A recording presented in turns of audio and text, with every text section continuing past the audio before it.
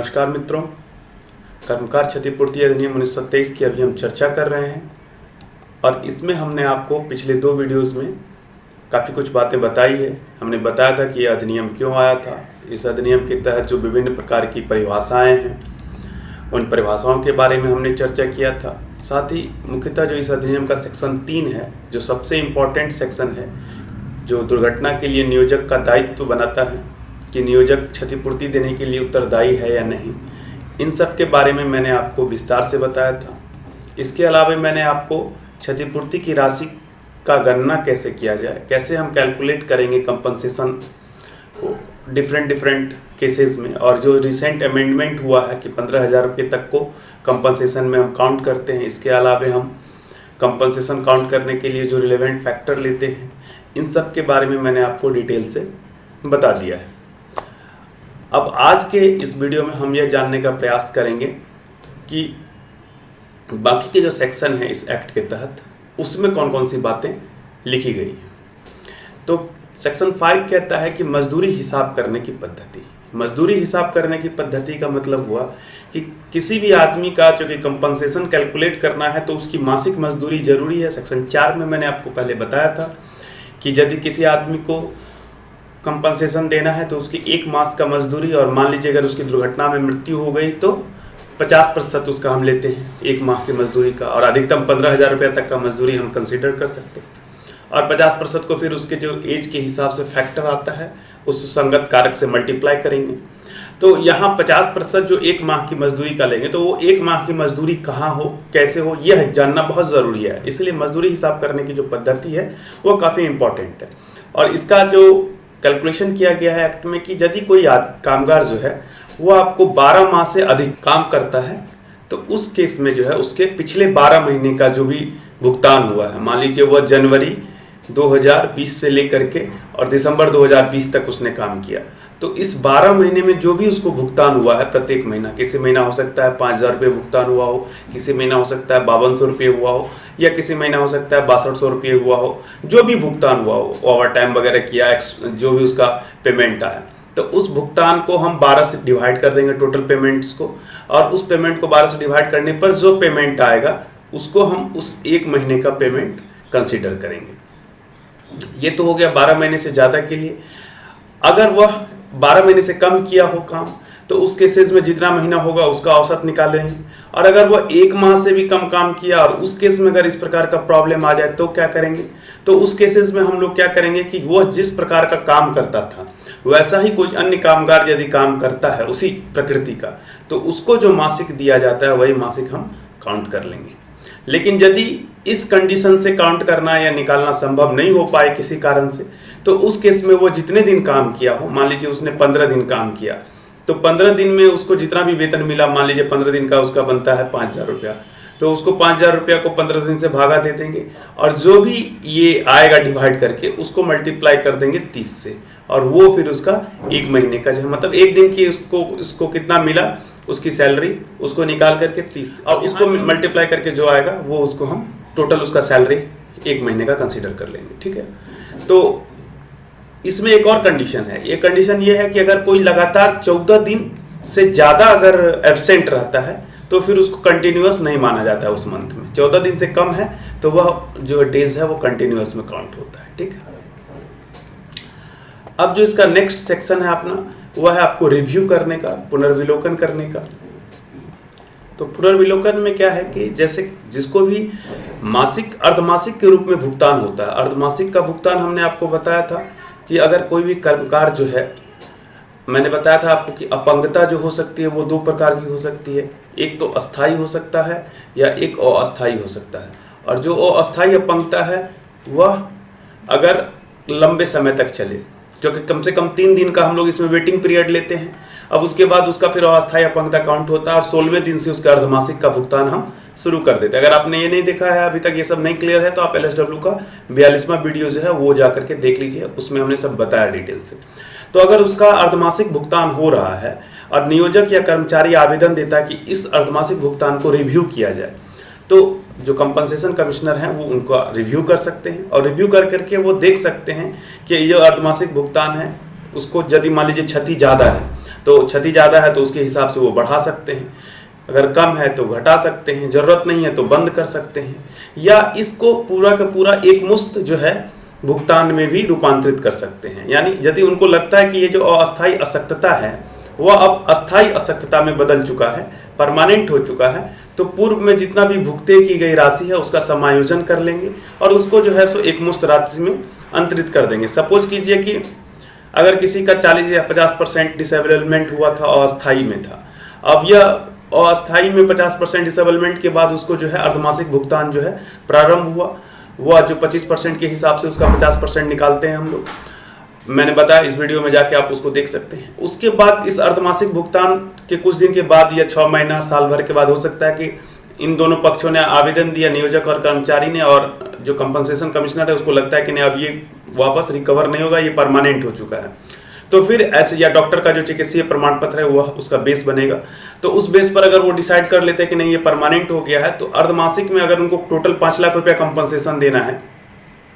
और उन्होंने अर्धमासिक के रूप में जो है अभी तक 1 लाख रुपया दे रखा है, तो 1 लाख रुपया उसमें से माइनस करके बाकी 4 लाख रुपया दे करके उसको वो कंप्लीट परमानेंट डिसेबिलिटी का जो भी उसका कंपनसेशन है वो दे सकता है। तो यह पुनर्विलोकन का जो है सेक्शन इसमें आता है। उसके अलावा है अर्धमासिक भुगतान का जो है स्वरूपांतरण, जो भी अर्धमासिक कर्मचारी को दिया जा रहा है इसको आपसी समझौते से, यानी नियोजक और कर्मचारी जो हैं वो आपसी समझौते के द्वारा, या फिर अगर कंपनसेशन कमिश्नर को लगे तो वो अपना आदेश दे सकते हैं अलग से, इन दोनों माध्यम से अर्धमासिक का जो है स्वरूपांतरण किया जा सकता है और इसको एक मुश्त राशि में बदला जा सकता है। कम से कम 6 महीना लेकिन इसमें भुगतान जरूरी होता है। कर्मचारी या नियोजक जो है ये दोनों में से कोई भी आवेदन देता है तो कम से कम 6 महीने तक का उसको अर्धमासिक भुगतान हो गया रहेगा, उसके बाद ये आवेदन जो है सो एक मुश्त राशि के लिए कंसिडर्ड किया जा सकता है। और इसमें जो है दोनों पक्षकारों को जो है इस पर सहमति देनी आवश्यक होती है। जब यह आयुक्त जो है कंपनसेशन कमिश्नर जब ये कंप्लीट कर देते हैं कि नहीं अर्धमासिक जो है सो अब इसको एक मुश्त में भुगतान के रूप में कर दिया जाए, तो दोनों पक्ष उस पर अपनी सहमति व्यक्त करते हैं। सेक्शन 8 है कंपनसेशन का जो है सो वितरण। अब मान लीजिए किसी कर्मचारी की दुर्घटना में मृत्यु हो गई, तो मृत्यु की स्थिति में नियोजक जो है उसके जो भी आश्रित हैं उसको अग्रिम के रूप में 3 माह की मजदूरी जो है दे सकते हैं। 3 माह से अधिक क्षतिपूर्ति की राशि वो नहीं दे सकते। अग्रिम के रूप में कहने का मतलब जब तक ये डिफाइंड नहीं हो गया कंपनसेशन कमिश्नर के द्वारा कि कौन आश्रित है, तो जिस वो नियोजक को जो भी आश्रित लग रहा हो उसको वो अग्रिम के रूप में 3 माह की मजदूरी दे सकता है। और बाद में जब कंप्लीट पेमेंट होने लगेगा तो उस समय उसको जो भी पेमेंट उसने 3 महीना के रूप में किया उसको काट करके एडजस्ट कर लिया जाएगा। कई मामलों में आश्रित की स्पष्टता नहीं होने पर नियोजक सही आश्रितों को क्षतिपूर्ति देने के लिए राशि जो है आयुक्त के पास जमा कर देता है। और हम लोग के यहाँ जो प्रैक्टिकल अप्रोच में यही चीज़ होता है, यदि कर्मचारी का कोई आश्रित नहीं हो तो जमा की गई राशि जो है आयुक्त वापस नियोजक को बाद में लौटा देगा। क्षतिपूर्ति में जो भी उसको राशि मिली है एज एन कंपनसेशन, तो उसको जो है किसी भी विधि से न तो हस्तांतरित किया जाता है न कुर्की किया जा सकता है। जैसे मान लीजिए कोई भी अधिनियम के तहत एक मुश्त राशि का भुगतान हुआ है लेबर को विकलांगता की स्थिति में, या फिर अर्धमासिक का भुगतान हो रहा है और अस्थायी विकलांगता की स्थिति में, तो वह कर्मचारी को छोड़ करके किसी अन्य व्यक्ति को सौंपा या हस्तांतरित नहीं किया जा सकता है। उसका पेमेंट उसी के खाते में जाना है या जो भी राशि जानी है, और ना उसकी कुर्की की जा सकती है। मान लीजिए कोर्ट से कोई इसका ड्यू है, तो उन सब केसेस में अगर किसी प्रकार का ड्यू है तो वो ड्यू भी उसकी कुर्की के रूप में नहीं की जा सकती है, वो क्षतिपूर्ति का रकम उसका। अधिनियम का सेक्शन 10 जो है सूचना और दावा से संबंधित है, यानी कि जब भी कोई दुर्घटना होती है तो क्षतिपूर्ति के लिए जो दावा है, क्लेम है, वो आपको दुर्घटना होने के 2 वर्षों के अंदर कर देना है, नहीं तो फिर वो क्लेम आपका नहीं माना जाएगा। व्यावसायिक रोगों के मामलों में दुर्घटना की जो तिथि है वो उस दिन से समझी जाएगी जिस दिन से कर्मचारी काम पर आना बंद कर देता है। और ये जो ऑक्यूपेशनल डिजीजेज हैं इसमें मैंने आपको कैटेगरी भी बताया था A, B और C, तो वो उसके हिसाब से भी आपको इस बात को जोड़ के देखना है। लेकिन दुर्घटना की तिथि वही मानेगी जिस दिन से वह काम पर आना बंद कर दिया किसी रोग के कारण जो कि ऑक्यूपेशन के चलते हुआ है। सेक्शन 10A जो है बाद में जोड़ा गया था। इसमें कहा गया कि अगर किसी स्रोत से कंपनसेशन कमिश्नर को यह पता चलता है कि कहीं भी किसी कंपनी में कर्मचारी को जो है सो घातक दुर्घटना का शिकार होना पड़ा है, तो वह इसकी जानकारी, विस्तृत जानकारी नियोजक से ले सकता है। और इसके बाद उसको अगर लगता है कि नहीं उसको कोई कंपनसेशन मिलना चाहिए था, तो फिर वह नियोजक को इसके लिए जो है उसके हिसाब से डायरेक्शन दे सकता है। नियोजक किसी भी दुर्घटना के कारण होने वाली मृत्यु और शारीरिक क्षति की सूचना 7 दिनों के अंदर आयुक्त को खुद ही दे देगा। सेक्शन 10 भी जो है सो इसको डिस्क्राइब करता है, और अगर नहीं देगा तो कंपनसेशन कमिश्नर इसकी मांग कर सकते हैं। चिकित्सीय परीक्षण सेक्शन 11 में डिस्क्राइब्ड है कि यदि किसी कर्मचारी ने दुर्घटना की सूचना नियोजक को दी है तो दुर्घटना होने के 3 दिनों के अंदर नियोजक द्वारा जो भी योग्यता प्राप्त चिकित्सक नियुक्त किए गए हैं उस चिकित्सक के समक्ष उसका जांच करवाएगा, और कर्मचारी को जांच के लिए उपस्थित होना है। अगर कर्मचारी जांच के लिए उपस्थित नहीं होता, केवल कहता है कि उसकी दुर्घटना हो गई या वो व्यावसायिक रोग से ग्रसित हो गया, तो वह तब तक नहीं माना जाएगा जब तक कि वह चिकित्सक के समक्ष जांच के लिए उपस्थित नहीं होता है।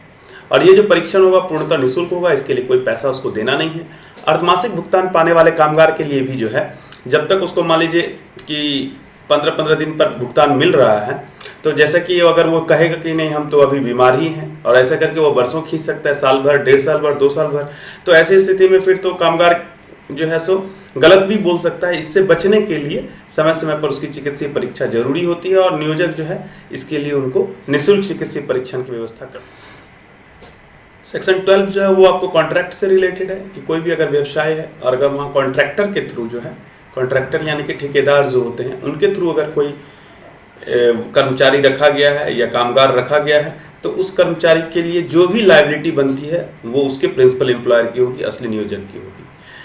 क्योंकि जैसे कि आप जानते हैं कॉन्ट्रैक्ट लेबर एक्ट एक एक्ट भी है, उसमें भी डिफाइंड किया जाता है कि प्रिंसिपल एम्प्लॉयर कौन होंगे और कॉन्ट्रैक्टर किसको कहते हैं। तो कॉन्ट्रैक्टर के थ्रू कई सारे इंस्टीट्यूशंस में आज के समय जो है सो आउटसोर्सिंग के माध्यम से एम्प्लॉयज़ रखे जाते हैं, कामगार रखे जाते हैं। तो ऐसे में कई मामले में कॉन्ट्रैक्टर जो है सो हाथ खड़ा कर देता है या वो भाग सकता है, लेकिन प्रिंसिपल एम्प्लॉयर जिसकी वो फैक्ट्री है उसकी पूरी की पूरी लायबिलिटी बनती है कि वह जो है उसका पूरा का पूरा भुगतान कंपनसेशन का करे। संवेदक जो है प्रधान नियोजक से क्षतिपूर्ति की रकम दिलाने में उसको मदद करेगा। ये एक्ट क्लियर कर दिया है कि कॉन्ट्रैक्टर का ये दायित्व नहीं है कि वह कंपनसेशन दे, यह नियोजक का काम है। धारा 16 जो है वो आपको क्षतिपूर्ति के बारे में विवरणी से संबंधित है। जो भी स्टेट गवर्नमेंट है वो अपने गजट में अधिसूचना प्रकाशित करके नियोजकों को पूर्ववर्ती वर्ष में होने वाले जो भी क्षति हैं उनकी संख्या, जो कंपनसेशन के रूप में उसने अमाउंट दिया वो, या अन्य जो भी बातें वो चाहता है अपने वार्षिक विवरणी के रूप में भेजने का निर्देश दे सकता है। लेबर रिटर्न्स के रूप में कई सारे एक्ट में आपने देखा होगा कि जो भी रिकॉर्ड्स होते हैं उनको रिटर्न के रूप में भेजना होता है। सेक्शन 17 है कॉन्ट्रैक्टिंग आउट संविदा द्वारा त्याग। इस अधिनियम के प्रारंभ होने के पहले या बाद में किया गया कोई भी करार या समझौता इस प्रकार का नहीं हो सकता है जो कि नियोजक को उस क्षतिपूर्ति के दायित्व से मुक्त कर दे। अगर ऐसा कोई कॉन्ट्रैक्ट है तो वह कॉन्ट्रैक्ट जो है नल एंड वॉइड समझा जाएगा, शून्य और प्रभावहीन होगा। कई सारे एक्ट में आपने ये सेक्शन देखा होगा, इसलिए आप इसका एक जनरल कंसेप्ट रखिए। कॉन्ट्रैक्टिंग आउट जहाँ भी है संविदा द्वारा त्याग है, मतलब कि कोई भी ऐसा आप संविदा या कॉन्ट्रैक्ट नहीं कर सकते हैं जिससे कि वो इस अधिनियम का जो भी प्रावधान है उसको प्रभावित करे। आप ये नहीं लिखवा के ले सकते हैं कि नहीं अगर मेरा एक्सीडेंट में डेथ हो गया तो हम कंपनसेशन नहीं लेंगे, इस तरह का कोई बात उसमें नहीं आएगा। बात कर लेते हैं हम लोग क्षतिपूर्ति आयुक्त की शक्तियों के संबंध में। तो इसमें कई सारे सेक्शन हैं, हम लोग उसको कंबाइन करके देख लेते हैं। सेक्शन 19 से लेकर के 31 तक इसके बारे में विस्तार से बताया गया है। क्षतिपूर्ति आयुक्त को नियुक्त करने की जो शक्ति है वो किसको है? राज्य सरकार को है। राज्य सरकार को एक्ट ने पावर दिया है कि वो अपना कंपनसेशन कमिश्नर नियुक्त कर सकता है। इसके लिए उसने कुछ योग्यता शर्तें भी दे रखी हैं एक्ट में, जैसे कि वो राज्य की न्यायिक सेवा का जो जुडिशियल सर्विसेज है उसका सदस्य के रूप में न्यूनतम 5 वर्ष या उससे अधिक अवधि तक न्यायिक सेवा के रूप में रह चुका हो, या न्यूनतम 5 वर्षों तक जो है वो अधिवक्ता हो, लॉयर हो, ताकि उसको कानून की जानकारी हो, या प्लीडर हो। उसके बाद कार्मिक प्रबंधन, मानव संसाधन विकास या औद्योगिक संबंध में शैक्षणिक योग्यता के साथ राजपत्रित नियुक्त कर सकती है। अपने यहाँ हमने आपको बताया डिप्टी लेबर कमिश्नर जिसको हम लोग कहते हैं उप श्रमायुक्त, ये आपको प्रमंडल स्तर पर बैठते हैं पदाधिकारी, यही आपके यहाँ क्षतिपूर्ति आयुक्त के रूप में अधिसूचित हैं बिहार में।